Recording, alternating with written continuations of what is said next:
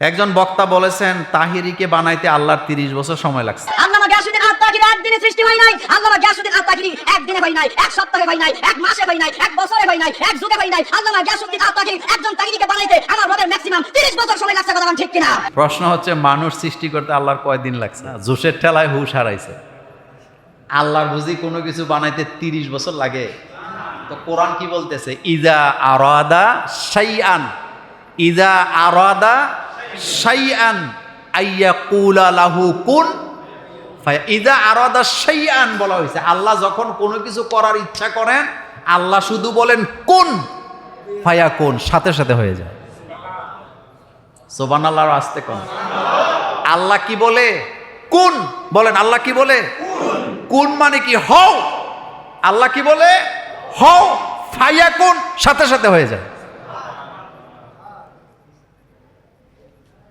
তাহিরি এমন কোন জিনিস না যেটা বানাইতে আল্লাহর 30 বছর লাগবে। মাথা এত এত আবেগে মাথা এত গরম করা কিনা? শুধু তাহিরি না, কাউকে বানাতেই 30 বছর লাগে নাই। কেন লাগবে? ব্যাখ্যা কি? তাহলে আল্লাহর কি ক্ষমতা কম? আল্লাহ রব্বুল আলামিনের ক্ষমতা কম? না, কথাটা এরকম বলতে পারতো যে তাহিরির মতো লোক 100 বছরে একবার জন্ম হয়, যার গলার মধ্যে এত জোর রবীন্দ্রসঙ্গীতও মজা লাগে। কথা ঠিক কিনা? এগুলা একেবারেই বাজে কথা। ফাদ্দালনা বাদাহুম আলা বাদ, এই কথা মোল্লার না আল্লাহর। এই যে আপনারা এখানে আছেন, আমরা এখানে, সবার মর্যাদা কি এক? সবার জ্ঞান কি এক? সবার চেহারা কি একরকম? এটা বানাইছে কে? প্রত্যেকটা মানুষকে আল্লাহ আলাদা আলাদা বানাইছে। এক একজনের আল্লাহ এক একটা গুণ দিছে। যে বাওয়ালি গান গায়, বাটিয়ালি গান গায়, তারও একটা গুণ কি আছে? হয় ভালো গুণ, না হয় মমতাজেরও কিন্তু একটা গুণ আছে। আপনার এখনে না একেবারে মমতাজের ডিম মারেন, কিন্তু মমতাজের গান শুনে এরকম লক্ষ লক্ষ মুরব্বী এখনো জায়গায় জায়গায় আছে, দোকানে বইয়া বইয়া মমতাজের গান শুনে। এরকম আছে নি? আছে। তো মমতাজরে বানাইতে 100 বছর লাগছে আল্লাহ? আস্তাগফিরুল্লাহ, নাউজুবিল্লাহ। আল্লাহর কোনো কিছু বানাইতে কোনো সময় লাগে না। ইজা আরাদা শাইআন আইয়াকুলা লাহু কুন। আর মানুষকে আল্লাহ আলাদা বানায় না। আদম আলাইহিস সালামরে আল্লাহ পরিকল্পিতভাবে বানাইছেন। এরপরে বাসসা মিনহুমা রিজালান কাসীরাও ওয়া নিসা, সেখান থেকে সারা পৃথিবীতে মানুষ ছড়াইছে কে? আল্লাহ পাক। আল্লাহ পাক আমাদেরকে সহি বুঝ দান করুন। একজন শাহবাগী নারী দাবি করেছেন মসজিদে নাকি প্রত্যেক জুমার খুতবায় নারীদেরকে গালাগালি করা হয়। আপনাদের এই মসজিদে হয়নি? মসজিদে নারীদেরকে গালাগালি করা হয় বলেই বোধহয় নারীরা এত মজার মজার রান্না করে হুজুর করে খাওয়ায়। আপনাদের এখানে আমি তো 2 বছর জুমা পড়াই নাকি? আচ্ছা বলেন তো, নারীদেরকে গালি দিছি কয়বার? প্রত্যেক মসজিদে নারীর অধিকার নিয়ে যেই পরিমাণ কথা বলা হয়, সংসদে তার 100 ভাগের 1 ভাগও বলা হয়। বাংলাদেশের কোন মসজিদে নারীদেরকে নারী বিদ্বেষী কথা হয়েছে একটাও কেউ প্রমাণ দিতে পারবে না। বরং হুজুররা যাদের বিরুদ্ধে কথা বলে তারা নারী কি নারী না, হেডেই তো সন্দেহ।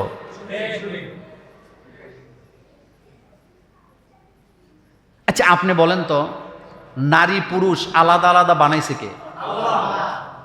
নারীদের কি সম্মান আল্লাহর কাছে কম না বেশি? আমি আপনাদেরকে একটা কথা বলি, মেয়ে কন্যা সন্তান জন্ম হইলে যেই মর্যাদার কথা রাসূলুল্লাহ বলেছেন, ছেলে সন্তান জন্মের পরে এই মর্যাদার কথা কি কোনো হাদিসে এইভাবে আসছে? আসছে না। রাসূল বলেছেন যার ঘরে একটা মেয়ে তার ঘরে কয়টা জান্নাত? ছেলের ব্যাপারে এমন কথা আসেনি? আচ্ছা জান্নাত কি বাপের পায়ের নিচে না মায়ের পায়ের নিচে? একটা কথা মনে রাখবেন, যার যেখানে যেই মর্যাদা দেওয়ার দরকার আল্লাহ সেটাই দিছে। নারী হিসাবে আল্লাহর সৃষ্টির তাদের অনন্য মর্যাদা রয়েছে, যেটা তারা নিজেরা বুঝে না। নিজেরা কি বুঝে না, এই জন্য তাদেরকে বুঝতে হবে নারীর মর্যাদা ইসলাম কতটুকুন দিয়েছেন। যতটুকুন দিলে পরে তাদের কোনো আফসোস, শোনেন, এই নারীগুলা যখন জান্নাতে যাবে তাদের কোনো আফসোস থাকবে না। এই ব্যাখ্যা আরেকদিন আলোচনা করব। তবে একটা কথা মনে রাখবেন, আমাদের দেশের কোনো মসজিদেই নারী বিদ্বেষী কথা হয় না। এবং বাংলাদেশে যদি আপনি লিস্ট করেন, সবচেয়ে বেশি নিরাপদে আছে আলেম ওলামার স্ত্রীরা। হতে পারে এক দুইজন ব্যতিক্রম, কিন্তু সবচেয়ে বেশি নিরাপদে আছে ইসলামপন্থীদের স্ত্রীরা। বাংলাদেশের কোনো আলেম যৌতুকের জন্য বউ পিড়ায় বাপের বাড়িতে পাঠাইছে এমন প্রমাণ আপনাদের কাছে আছে নাকি?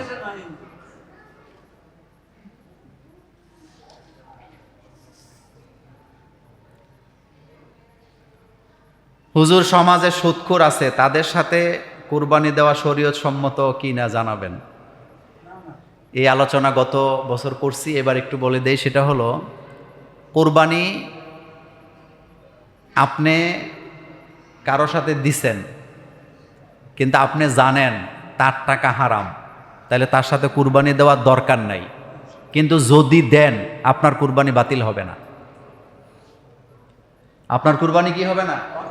লা তাজিরু ওয়াজিরাতুন বিজরা উখরা। ইসলামে একজনের বোঝা আরেকজন বহন করবে না, একজনের দায়ভার আরেকজনের কাঁধে দেওয়া হবে না। দেওয়া, আল্লাহ পাক বলছে যার যার বোঝা তার তাকে বহন করতে হবে। এখন কথাটা বুঝেন, আপনি আমার সাথে কুরবানি দিলেন, আমার টাকাটা হারাম, আপনার কি জানার কোনো রাস্তা আছে? আমি কি আপনার কাছে যে বলবো যে ভাই আমার সাথে কুরবানি দাও, আমার টাকা হারাম? সুদখোর কি কখনো বলে যে আমার টাকা হারাম? ঘুষখোর কি কখনো ঘোষণা দেয় আমার টাকা হারাম? আপনি জানলে দিবেন না, কিন্তু দিলে আপনার কুরবানি কি হবে না? বাতিল হবে না, নষ্ট হবে না। কেন নষ্ট হবে? কোরবানি একসাথে যে 7 জনে দিছেন, 5 জনে দিছেন, আপনার ভাগের দায় আরেকজনের ভাগে নাই। এই কথাটা আমাদের দেশে অনেকে বুঝে না, সহজ কথাটা। আপনার দায় দায়িত্ব আপনার, আমার দায় দায়িত্ব আমার। কোনো আমলের কারণে যদি আমার কুরবানি বাতিল হয়, আর এই পশুতে যদি আপনার কোনো বাক থাকে, আপনার কুরবানি বাতিল হবে না। এটা বিশ্ববিখ্যাত, সকল স্কলাররা এই ব্যাপারে একমত। শুধু আমাদের দেশে কিছু হুজুররা কয় না এটা হবে না। তো আপনি হবে না যে আপনি জানবেন কেমনে তার এটা হারাম? আচ্ছা বলেন তো, আপনি আমার সাথে কুরবানি দিতে আসছেন, আমি কি আপনাকে জিজ্ঞেস করতে পারবো যে ভাই আপনার টাকা হালাল না হারাম? এই কথা জিজ্ঞেস করার অধিকার আছে। তবে হ্যাঁ, একটা কথা বলি, সেটা হলো, কেউ যদি নামাজ না পড়ে, কেউ যদি কি না করে, নামাজ না পড়ে, তাহলে আপনি তাকে বলবেন যে ভাই, নামাজ হচ্ছে গুরুত্বপূর্ণ ইবাদত, কিন্তু আপনি নামাজ পড়েন না, আমি নামাজ পড়ি, একসাথে কুরবানি দেওয়া বেমানান। কোরবানি যেহেতু একসাথে দিতে চান, আসেন নামাজও কি করব, একসাথে পড়ব। একটা দাওয়াত দেওয়ার সুযোগ কি আছে? দাওয়াত দিবেন। আপনি যদি নামাজ পড়েন, আপনার সাথে কুরবানি দিতে আমার কোনো আপত্তি নাই। আরেকটা কথা বলি, যদি আপনি এতটাই তাকওয়া অবলম্বন করতে চান যে আমার সন্দেহ হয় মানুষের সাথে কুরবানি দিলে, তাহলে আপনি একা কুরবানি দিবেন, এটা বকরি দিয়ে দেন, কোনো সমস্যা আছে?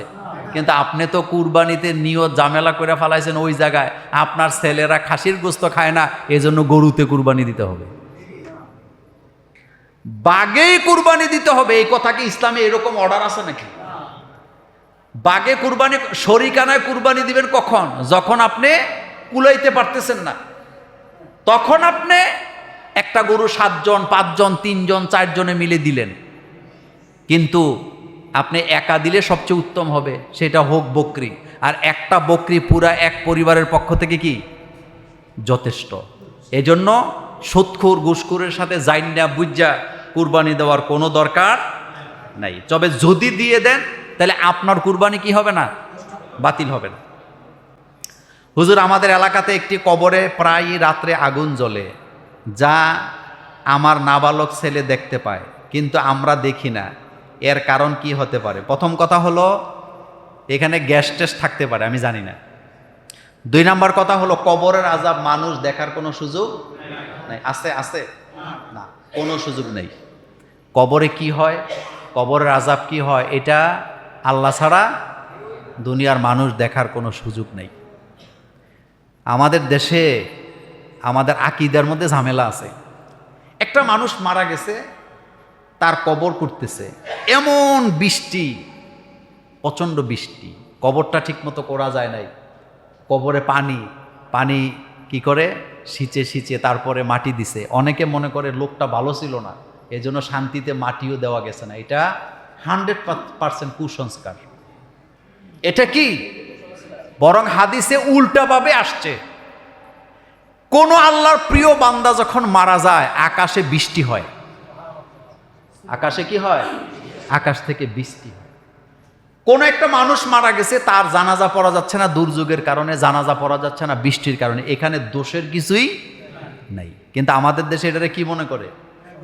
কারো কবর করতেছে, কবরে পানি পাইছে, কয় তার কবরে পানি পাওয়া গেছে, লোকটা ভালো ছিল না। তো পানি কি ভালো লক্ষণ না খারাপ লক্ষণ? এই আকীদাগুলি আমাদের মধ্যে আছে। দোকানের মধ্যে আইসা রাস্তাঘাটে কয় অমুকরে মাটি দিতে পারে নাই, তো কবরে পানি চলে আসছে। তো কবরে পানি চলে আসছে, আপনার সমস্যা কি? কবর ভাঙ্গা পড়ছে। তো কবর যদি বালি মাটির হয়, এটা কবর কুড়ার পরে ভাঙ্গা পড়ার সম্ভাবনা আসেনি? এটার সাথে ব্যক্তির আমলের কোনো কি নাই, কোনো সম্পর্ক নাই। কবরে যদি আগুন জ্বললেও থাকে, গ্যাসের কারণেও তো মাটিতে আগুন জ্বলে, জ্বলেনি? পৃথিবীতে একটা দেশ আছে আজারবাইজান, কি নাম? আজারবাইজানের শত শত জায়গার মধ্যে আগুন জ্বলে। পৃথিবীতে একটা দেশ আছে ইন্দোনেশিয়া, কি ওখানে বিভিন্ন জায়গায় আগুন জ্বলে। তা আপনি কি বলেন? আর মাটির নিচে যে আগুন আছে, এই কথাটা কার? বিজ্ঞানীদেরও কথা, আল্লাহরও কি কথা। সুতরাং আগুন জ্বলছে মানে ওই লোকটা খারাপ, লোকের কবরে আযাব হচ্ছে, এরকমের আকীদায় বিশ্বাস করার কোনো কারণ নেই। কবরের আযাব দেখা যায় না। আরেকটা কথা বলে রাখি, আমাদের দেশে মানুষ ভয়েতে অনেক কিছু দেখে যেটার কোনো অস্তিত্ব নেই। একা একা ঘরের মধ্যে শুয়ে আছে, ইঁদুর খটখট করে, হাতের কাছে মনে হয় ভূত চলে আসছে। এরকম ভয় আপনারা জীবনে বোধহয় পান নাই। কই এই ঘরে তো ঘুমান যায় না। কয় কেন? কয় ঘরে যে অবস্থা, কত কিছু বাস করে। সকালবেলা বাতি জ্বালা দেয় ইন্দুর, বিড়াল, এরকম আসেনি? এই ভয় আমরা বাঙালিরা এই ভয়ে ভীতু। মাশাল্লাহ দিলে ঘর থেকে বাইর হয় না, রাস্তা দিয়ে হাঁটলে কি গায়? গান গায়। এগুলা কিছুই না, এগুলা কিছুই না। আপনি ঘুমের আগে কোরআন তেলাওয়াত করবেন।